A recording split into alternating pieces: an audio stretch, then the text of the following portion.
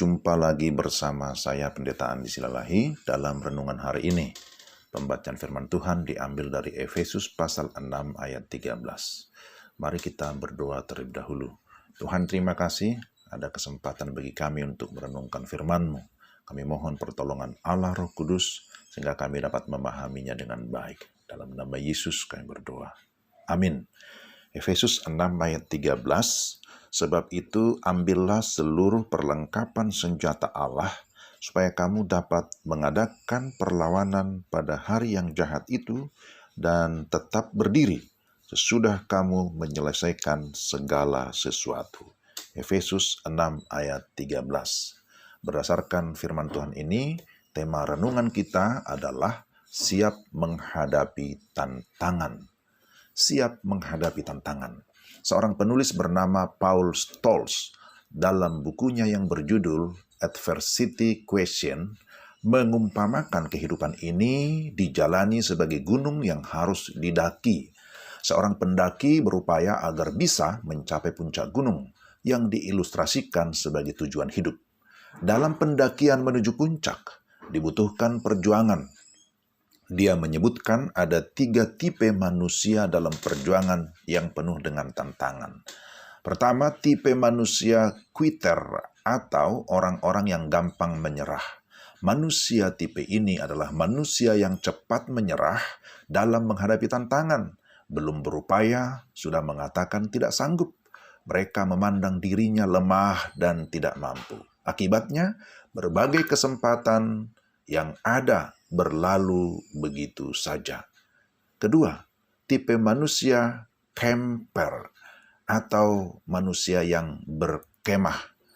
Tipe ini adalah manusia yang berjuang setengah-setengah atau separuh jalan. Orang ini cepat merasa puas, belum sampai ke puncak, sudah memilih untuk berhenti berkemah. Mereka berkata yang penting sudah menikmati perjalanan walaupun belum sampai ke puncak. Yang ketiga, tipe manusia climber atau pendaki. Tipe ini tidak pernah menyerah dalam berjuang. Segala bentuk tantangan dihadapi dengan optimis.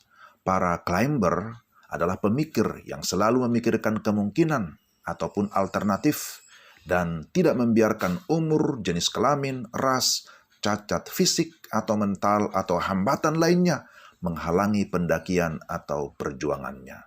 Para climber berbeda dengan orang yang ambisius. Orang yang ambisius tidak segan-segan mengorbankan orang lain demi ambisinya. Sebaliknya, para climber mencapai keberhasilan lewat kerja keras, di jalan yang benar, dan memegang teguh prinsip moralitas yang benar.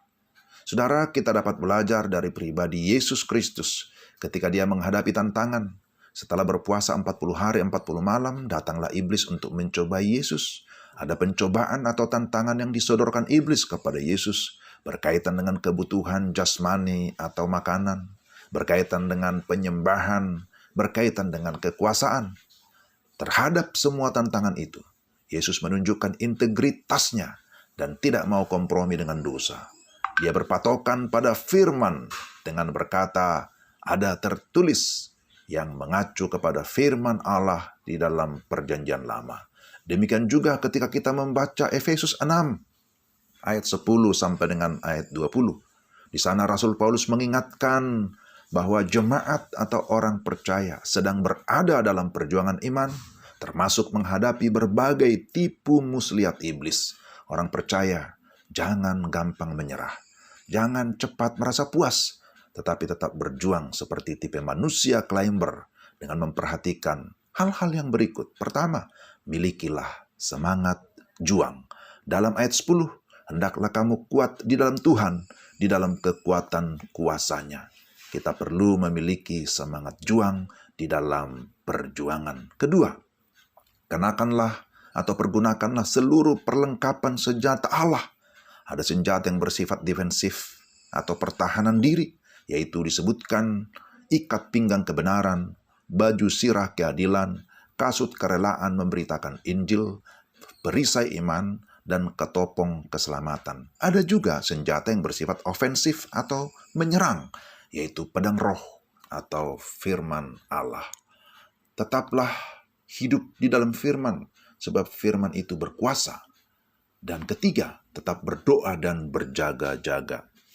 Inilah senjata perlengkapan yang Tuhan berikan, yang dapat kita kenakan kapan saja dan di mana saja. Tantangan selalu ada, tapi kesiapan dan sikap kitalah yang akan membawa kita kepada keberhasilan atau kemenangan melewati tantangan agar kita dapat mencapai tujuan. Tantangan akan semakin mendekatkan kita kepada Tuhan, bergantung kepada Tuhan. Sebab kita memang memiliki keterbatasan. Tapi dengan memiliki semangat juang, dengan sungguh-sungguh kita mengandalkan Tuhan di dalam iman, di dalam kepercayaan kita, maka kita percaya Tuhan akan memberikan kita kemampuan untuk menghadapi segala macam tantangan. Kiranya Tuhan memberkati kita sekalian. Mari kita berdoa. Tuhan, terima kasih untuk firman-Mu. Kiranya sekali lagi Allah Roh Kudus yang menolong kami supaya kami dapat memahaminya, tapi juga menerapkan dalam hidup kami tiap-tiap hari. Dalam Kristus Yesus kami berdoa. Amin. Terima kasih pendengar sekalian yang sudah mengikuti renungan ini. Saya percaya bahwa Tuhan dimuliakan melalui hidup kita, dan Tuhan terus memakai kita menjadi berkat bagi banyak orang. Shalom.